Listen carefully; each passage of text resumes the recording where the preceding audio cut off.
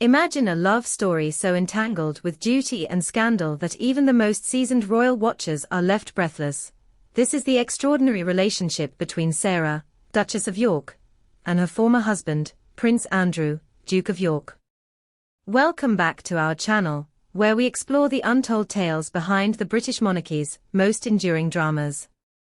Today, we dive deep into an alliance that has defied divorce, outlasted tabloid uproars, and now has tongues wagging with talk of a possible remarriage.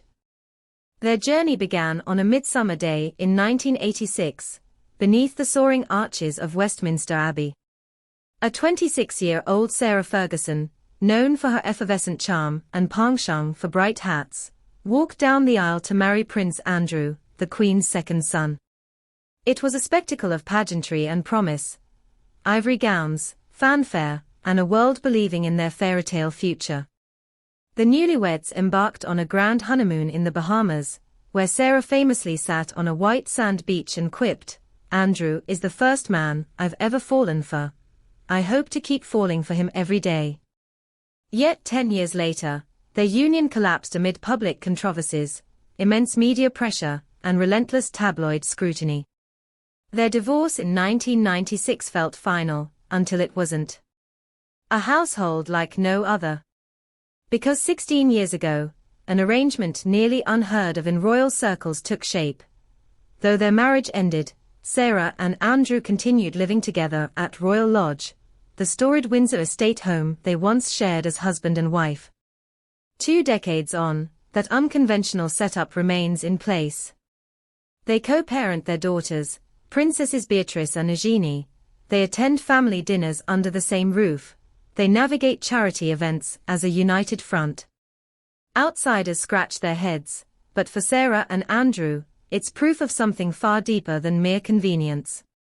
Unwavering devotion. Over the years, Sarah has never shied from declaring her affection. In interviews she has insisted, again and again, that if she could turn back time, she would say "I do" to Andrew all over again, 100%. She says without hesitation. She calls him the best, a great man with a great heart and kind. Such public devotion is almost unheard of from a divorced royal, and yet it underscores the extraordinary bond they share. When asked to look back on their wedding day, Sarah smiles. "Our wedding was the best day of my life," she admitted. "I gave up my anonymity that day, but love conquers all, and it's still with us." Those words carry weight. They speak not only of nostalgia, but of an enduring affection that has survived decades of headlines, heartbreak, and hardship. A foundation of compassion. To understand why their relationship remains so unbreakable, consider their shared trials. Prince Andrew, once a full-time working royal and naval officer, saw his world upend in 2019 after a BBC interview that went catastrophically wrong. Accusations tied him to the disgraced financier Jeffrey Epstein, and the Queen stripped him of his public duties. Overnight, he transformed from an active royal to a figure shrouded in scandal. Yet Sarah stood by him unwaveringly, an anchor amid a brutal storm. "My loyalty never wavered," she said. "He supported me through thick and thin, through marriage and divorce."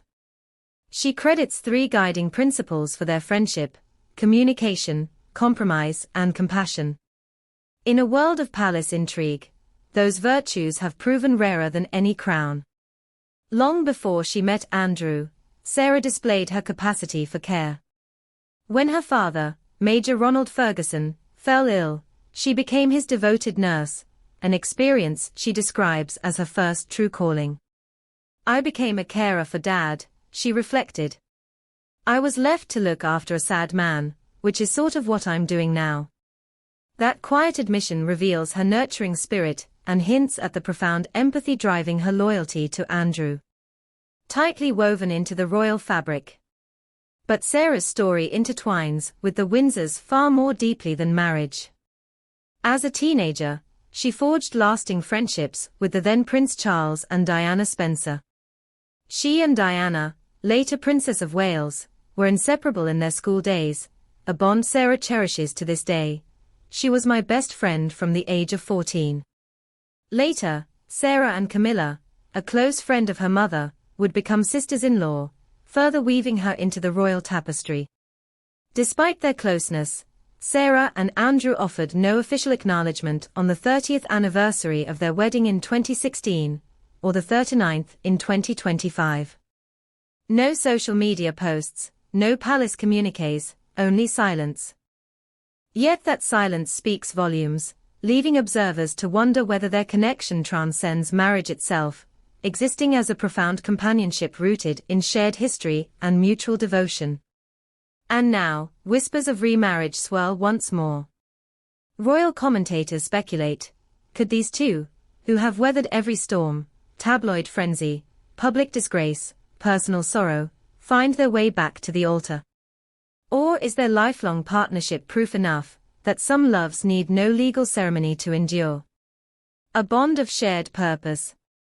Their unique arrangement, cohabiting at Royal Lodge, co-parenting their daughters, shielding one another behind palace walls, can be seen as a modern partnership built on respect and resilience. They have mastered the delicate art of mutual support, balancing their public personas with private truths. In a world where royal divorces often mean permanent estrangement, their story stands as a singular testament to reconciliation and loyalty. Throughout these years, Sarah has also forged her own path, championing numerous charities, particularly those focused on children's welfare, addiction recovery, and international women's health. Andrew, meanwhile, despite losing formal patronages, has quietly continued to support military veterans through his involvement with the Invictus Games. Their shared commitment to service forged another pillar in their union, binding them through common causes. Signs of healing and hope. In recent months, eager whispers have emerged of late-night strolls in Windsor Great Park, unannounced joint appearances at private functions, and affectionate references to "my old friend" in moments of candor. Sarah's candid declaration in a high-profile interview that she remains totally and utterly in love with Andrew struck a chord across the tabloids. Meanwhile, Andrew has been spotted driving Sarah to hospital appointments and attending to her health needs after her own bouts of illness, images that evoke, for many, a couple rediscovering their care for one another. Speculation reached a fever pitch when, in spring 2025, photographers glimpsed Sarah wearing the same emerald earrings she first wore on their wedding day. Later that week, Andrew was photographed tying a scarf emblazoned with the York family crest, a seemingly small, but significant gesture of solidarity. These tokens, shared pieces of their past, gave the public a glimpse of their private reconciliation in motion. Daughters caught in the middle. Their daughters, Princess Beatrice and Princess Eugenie, now grown and establishing their own families, have also spoken warmly of their parents' enduring friendship.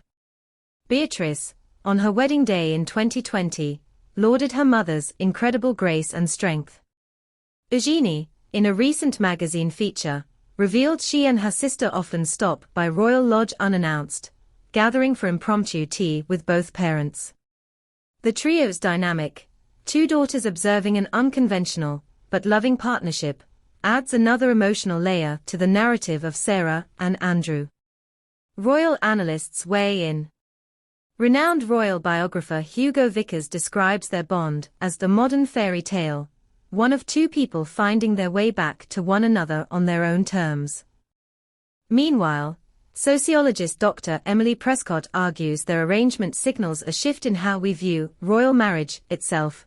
No longer is marriage just a one-time event.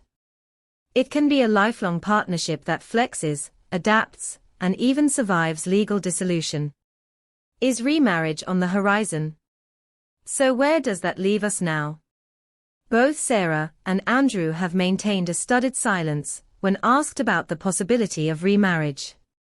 Yet their actions, shared breakfasts at the estate's blue drawing room, joint visits to local schools, and affectionate private moments captured by the palace's official photographers, speak louder than any press release. It is as if they are writing a sequel to the story that began in Westminster all those years ago, one that remains unwritten, but deeply felt.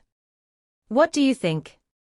Could a Sarah and Andrew remarriage be the most unexpected royal reunion of our times? Or is their current bond, unbound by titles and formalities, a more fitting testament to love's endurance? Share your thoughts in the comments below. Do you believe they will once again exchange vows? Or is their silent partnership all the ceremony they need? If you enjoyed this deep dive into a royal relationship unlike any other, please give this video a like, subscribe for more fascinating insights behind the palace gates, and ring the bell so you never miss an update. Thank you for watching, and until next time, take care of those you cherish, and remember that the strongest bonds often endure in silence.